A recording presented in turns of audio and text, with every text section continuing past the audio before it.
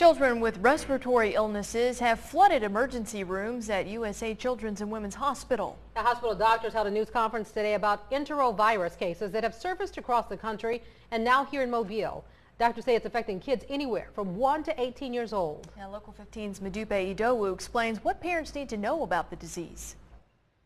Well, the virus is like any other common cold, and it can easily be spread by close contact with others who are infected.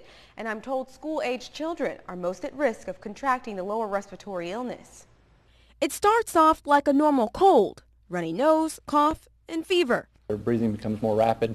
And then it gets progressively worse. They may actually even hear an auditory, like a wheeze sound, and those are the symptoms that we're having parents look out for. It's called Enterovirus. It's actually a common cold virus, but this strain is one doctors at USA Children's and Women's Hospital say they've never seen before. We started noticing mid-August that we were seeing an increase in children seeking care for respiratory illnesses. 345 children were treated at the hospital's emergency room since mid-August for lower respiratory illness.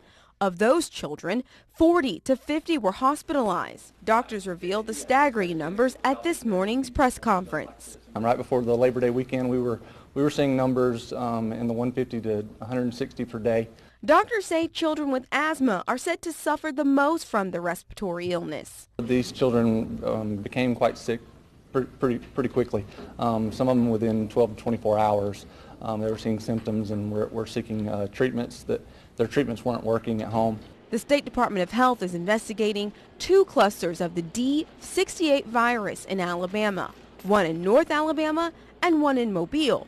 Doctors here say they're working with the state and the CDC to see if the strain in Mobile is the D68 strain that's hospitalized hundreds of children in the Midwest and the Southeast region.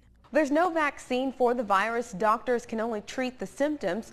But to avoid contracting or spreading the virus, you and your kids should wash your hands frequently and keep the kids at home, away from school if they're sick, and avoid touching your eyes, nose, and mouth with unwashed hands. Back to you.